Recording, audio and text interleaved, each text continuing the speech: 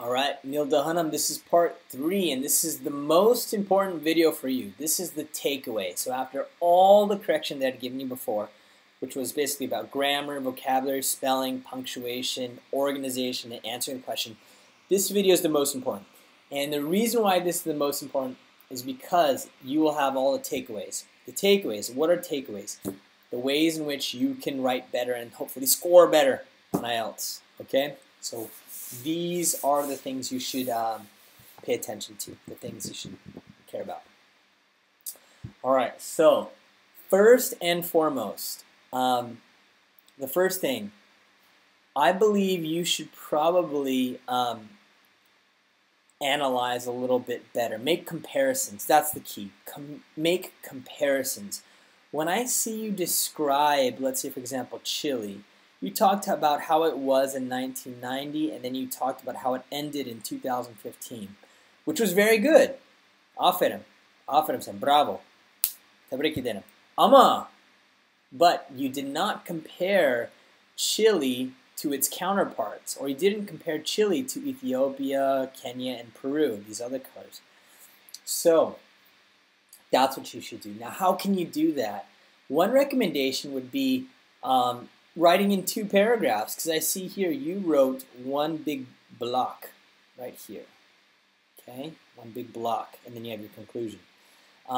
What you could do, sorry about that video running on reserve battery. What you could do is talk about these countries and their respective starting values at the beginning of the graph. So 1990, how did they start out? So you could say, for example, in one paragraph, Chile was by far the leader, exporting 275 kilograms. Peru came in second place, selling 75 kilograms fewer. And Ethiopia and Kenya sold far fewer kilograms at the beginning of the period in question. Okay, so I'm sorry it's kind of choppy there, but I'm trying to think about how you can, what words you can use and so on. But basically talk about these values at the start, and do you see how I compare them? I said, you know, Chile sold a lot more kilograms than its counterparts meaning the rest, at the start of the beginning and at the beginning of the period in question, and that means in 1990. Okay, then I would recommend comparing these trends, and you can compare them, compare and contrast by grouping them together. For example, green and red, what did they both do? They both decreased, right? So you can group them together and say Chile, the amount of coffee exported from Chile, the exports from Chile were the amount in which it decreased was far greater than that of Peru's. And basically what I'm trying to say is Chile's decrease was a lot more significant than Peru's. So you can find an easier way to say it, but you're trying to say that this decreased more than this.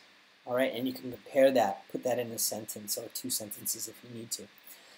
Likewise, you can compare these two and say, while Ethiopia's growth was steady, Kenya's was much more erratic.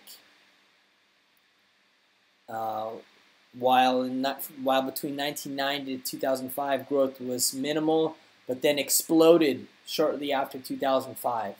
You see what I mean? So I just compared Kenya's growth within its own country. I said Kenya's growth was slow here and then exploded. So I compared this growth to this growth. And I also compared this part to this part. I said this one was steady and this one was more erratic or crazy. Yeah. So that's the first thing I recommend for you, is to try to provide a better analysis by comparing the different points, comparing them to each other. Right, that's the first thing. Second thing, second most important point for you is right here. You're using these fixed expressions, taking this into account taking into consideration. These are nice fillers or words to use when you don't have anything else to say. But I think any native speaker will see that you're using it as, it's like a trick, and you're filling up space with that. If you can say something in an easier way, sometimes simple is more elegant. Okay, so I wouldn't try to use so many words or these expressions so many times. Don't use them so often. It kind of comes off as cheap, or it comes off as weak writing. So don't overdo it. It's overkill. Okay, so use one expression one time, but that's it. All right. It's funny, the phone in the background. Sorry about that. Last thing for you.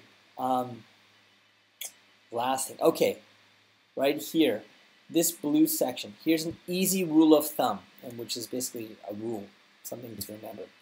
When you describe a trend, when you analyze something, I like to tell my students, be the tavus, or the tavus is Arabic, or I think Turkish for the bird, you know, the colorful bird, or the peacock, as we say in English.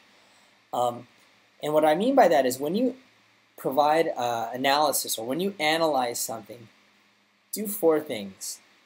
Talk about the trend by using a verb with an adverb, or use a noun with an adjective. Okay? You don't just say it dropped. It dropped significantly. You don't just say there was a drop. There was a dramatic or marked or pronounced drop. You don't just use a noun or a verb. You have to use an adjective or adverb. Always do that. That's an easy rule of thumb. The other two things you must do: give time and give value. Okay?